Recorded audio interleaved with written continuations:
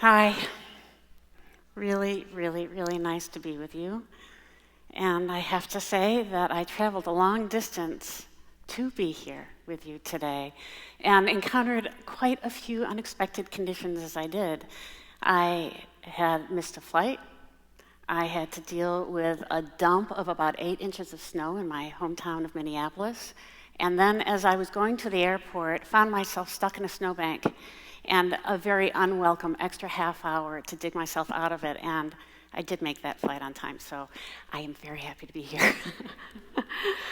I have also navigated a number of unexpected changes on a personal level to be here with you today as a futurist. A futurist in the work that I do with people and organizations is to help them understand the changes that are coming at them, and then to imagine inside of those changes, what future would you want to create? Through a combination of analysis and creative play and thinking, then choosing it and moving towards it. Their job, your job, all of our jobs is to be a catalyst for that change that you choose. It's a very common question for me to say, Cecily, what is a futurist? And the next question is, how do you get to be a futurist? Well, for me, it certainly wasn't the check that I put in a box when someone asked me, well, what do you want to be when you grow up? Futurist wasn't on that list. But it was something that I grew into and evolved into, and as I pondered the question, thinking about being with you today, I recognized that many of the same principles and concepts that I use in my work with clients is actually applicable on a personal level. I love this poem because I think it really says it all. It's a poem by William Stafford. There is a thread you follow. It goes among things that change, but it never changes. People wonder about the things that you are pursuing. And you have to explain about the thread, but it is hard for others to see. While you hold it, you can't get lost. Tragedies happen, people get hurt or die, and you suffer and grow old. Nothing you can do to stop time's unfolding, but you don't ever let go of that thread. That is really the feeling that I have had in following my own life, and a thread that has pulled me forward. And I have really uncovered that there are about 4 phases that I have gone through in each of my reinventions. The first one is that there's a pull towards something that just kind of evokes a dream. I want to have. And in the pursuit of that dream, as you experience more things, ultimately there's a discovery, something you trip upon that just evokes and inspires a state of awe and wonder that the experience of discovery lets you know you have never seen it this way before. New possibilities emerge as a result. And then invariably, my experience, and I'm certainly most of you have had this experience as well, is that the dream you projected starts to differ with reality a little bit, and there's a tension. And that tension is that perhaps the dream no longer fits. Ultimately, you have to make a decision. It's when the dream no longer fits or realities come up to fight you and bite you, there are choices to make. And I'm going to ask, please, there is another slide that should be in the background now rather than these. So if you're able to make that switch, that would be terrific. For me, the first pull towards something was when I was 5 years old. My friend Elise and her older sister Anne would get dressed every day after school with their hair tightly wound in buns, and they had on black leotards as they made their trek to ballet class. And I was so drawn to it. I just kind of admired, there was a beauty physically, but also of this kind of quiet seriousness that I really related to at 5 years old. And I asked if I could begin ballet classes, and so I did. And I continued on for about another 25 years. Yeah. It was a long time and a lot of pliés, I will tell you, that kind of guided my life through several companies. I had the pleasure of dancing professionally with both ballet and modern companies. And always a sense that I was interested in more of the world. What I had thought of when I dreamt of being a dancer was that I was going to be touring the world, and that particular vision included, of course, many stays in Paris, hanging out in Parisian cafes with very cool musician types, taking part in salons. You know, I just kind of, there was a spirit of the life that I was drawn to. So that curiosity, it was really the spirit of the life of really being a part of literature and culture and the humanities and that exploration of what it is to be human through those disciplines that had me finally acquiesce and go to college. Got my Bachelor's of Fine Arts, and as a part of that program, I had to take an anatomy class. And this anatomy class was legend. It killed pre-med students. It caused them to change majors. And here was I, somebody who hated math and science, had to take this anatomy class, and I made a discovery. I made a discovery as I was peering into cadavers that there was something very beautiful going on. Something that I found ultimately incredibly compelling and that touched me in a way as I saw a design of how we were put together. How these little nubs of nerves coming out through our neck braided into this beautiful web that allows us to do this. And the design and the plan of it was the insight. It was the insight that then allowed me to be a better dancer and a better teacher. And also to start to see my place in the world, my physical body and that of nature, and the world in a whole new light. I, the person who thought I was going to do poorly in this science, did well enough, with enough excitement and enthusiasm that they invited me to come back and teach. And that began another pull. I taught for what became another 12 years of anatomy and clinical sciences, as it followed me to Chicago, where I was dancing with a company and had really a privileged position with a company there. And I was not happy. We were touring, not to Paris, not to Parisian cafes.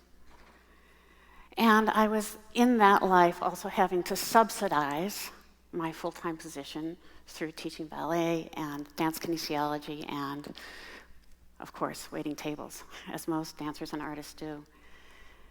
It didn't bring out the best in me. I was crabby. I was catty. About the other dancers.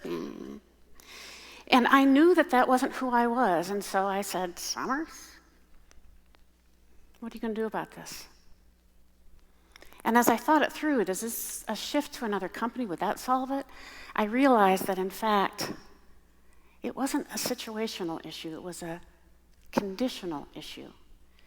That when I saw where I was happiest and where I was most alive, it was in the process of learning and growing and discovering new things. And that what was really important for me was that I have a life that allowed to do that. And so because that spark in anatomy about systems, I thought, well, I don't want to give up my career, but I also don't want that lifestyle, so I'll become a chiropractor. I had to go back and take at least 2.5 years of science courses that I had put to the side, beginning with high school level algebra and chemistry before I could even get to chiropractic school, and taught my way all the way through it. That dream as a chiropractor was really about a practical solution to my dance desire. But what it did as it pulled me forward into learning new things about health and disease and how we are put together, I loved embryology, I loved neurology, I was teaching biochemistry, was that it also opened up new worlds. I studied homeopathy and Chinese medicine, and I put together this gorgeous clinic and a renovated loft and opened an art gallery next to it, 5 practitioners. It was a cool thing. And I was quite successful. I became someone that people wanted to know, how do you do that? And as a core piece of me, as naturally a teacher, I was beginning to consult. I was also as busy as I could be, and I could feel that tension arise. That tension that says, maybe this isn't at all. Maybe the dream is expiring. And that tension for me was actually pulled towards having family. So there I was at a conference in Germany, and I met a man who was a homeopath and an editor of a journal and a musician who thought I was everything. And I thought he was everything. And I thought I was going to have everything. So what I did was to make a very bold decision, which was to sell my practice, pack up all my belongings, let a lot of them go, and move to Germany to start a new life. This was going to be a life that would finally not have the Parisian cafes, but maybe German cafes. And all of the other senses of what I had dreamed of always. And I arrived there and discovered that none of it fit. That I was without belonging, without language, without culture, without a job, without family, without friends. And I also discovered that it was really about the darkest time for me that I have known in my life, where without nothing I had to go back inside and go, what now? And there was a voice inside me that just was as loud and clear in my ears as I have ever heard, and it was, no, this is not okay, it does not fit. And what I had been experiencing through that time was a lot of insomnia, a lot of noise in my head about trying to make it fit, and if. And what I realized in that surge of clarity of this is not a fit is that it is that simple. That I don't need to think that hard. That all I need to do is pay attention. That I know that when I am my best self, I don't have to think about it. That life really is that simple. And I decided then, in making the move to leave a bad fit, to live a life full of good fits only, that my job in life is to choose. Choose the people, the experiences, the work, where I show up the best. That's the only real power I have as I navigate the unexpected conditions that come at me. So I started my life, I knew, by following and pulling from the things where I had always done best. I pulled from the creative discipline that I had learned in dance. I pulled from the systems thinking and the sciences that I had, and diagnostic methodologies that I had practiced as a doctor. And I started with what I had, which was people who wanted my help for their businesses. Because as far as I was concerned, strategy in answering any business-related problem had to relate to who are you and where are you going. And the combination of systems thinking and that kind of subjective process to actually realize new forms through the arts, I knew that, and I knew it in a uniquely valuable way. I have created my life from that place. Thumbs up. And now, as I work with clients to look ahead at the future, I have brought it down into an analysis that it all comes ultimately, when we look at changing conditions, to 4 essential forces: resources, technology, demographics, and governance.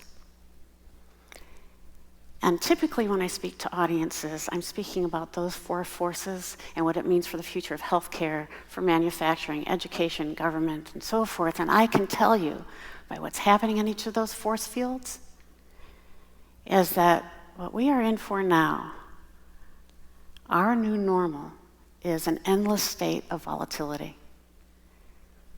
That our power to choose and to guide and to follow the pull and thumbs up is what we have to navigate this really rocky road. And that is a practice. It is a practice every day. The dream, the discovery, the tension, and then finally the reckoning. How do I recalibrate who I am and where I'm going? That is a practice every day of small steps that make all the difference. It is a practice of courage. You don't wait for it to come to you. You practice it. It is a practice of optimism. It is a practice of curiosity. When you are stuck, get curious and keep moving. For it is really as simple as just keep moving. As if you were putting your oar in the water to row and row and row your boat gently down the stream. You don't know what's around that corner, but you do have the power to row it, and that stream has its own mind, its own current. And you want to do it merrily, merrily, merrily. Because your life, all of our lives, are nothing but a dream. Thank you.